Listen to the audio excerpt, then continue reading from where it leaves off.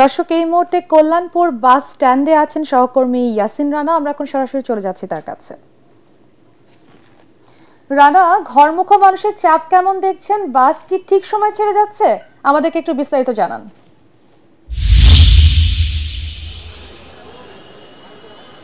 মারি, আপনাকে ধন্যবাদ। আপনি জানেন যে শনিবার ঈদ, সে উপলক্ষে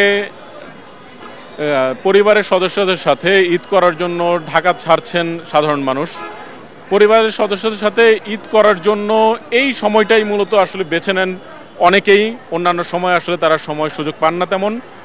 তাই ঈদ করার জন্য যেভাবেই হোক, যত ভিড় হোক, যত যানজট হোক, সেভাবেই তারা ঈদ করার জন্য ছুটে চলেছেন।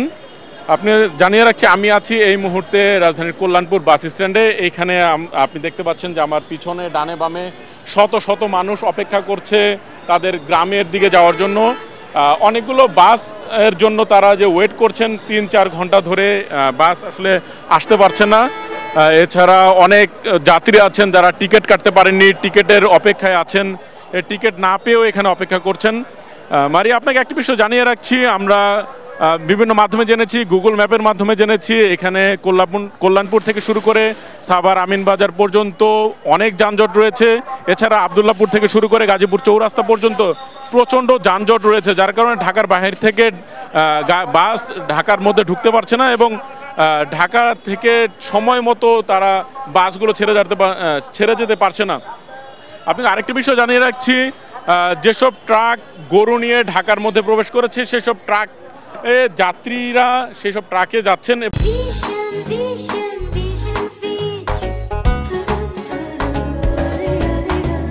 এবং এছাড়া আরেকটি বিষয় জানিয়ে রাখছি, যেসব হাইয়েস্ট গাড়িগুলো, মাইক্রোগুলো ঢাকার মধ্যে যাচ্ছে, তারা ঢাকার বাইরে যাচ্ছেন যাত্রী নিয়ে।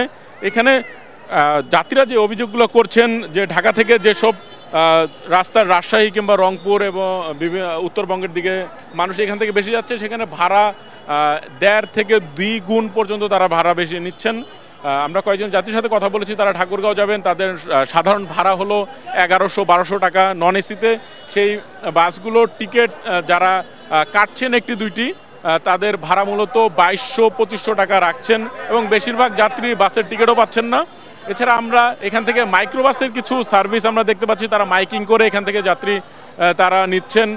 সাধারণত এখানে ঢাকা থেকে রাজশাহীর ভাড়া 1000-1200, তারা 2500 টাকা করে মাইক্রোতে এবং হাইয়েস্ট গাড়িতে তারা এখান থেকে যাত্রী তুলছেন। এছাড়া বেশিরভাগ মানুষ এখান থেকে সাধারণত এখানে অপেক্ষা করছেন বাস না থাকার কারণে এবং কোনো ধরনের টিকিট না পাওয়ার কারণে। এখানে ঘন্টার পর ঘন্টা অপেক্ষা করছেন। একজন যাত্রী বলেছেন বিকেল 3টার গাড়ি এখন পর্যন্ত রাত 10টা বাজলেও সেই গাড়িটি আসেনি, এখানে অপেক্ষা করছেন। অনেকে বলছেন যে ঢাকার বাহির থেকে গাড়িগুলো না ঢোকার কারণে তারা কোনো টিকিটও পাচ্ছেন না।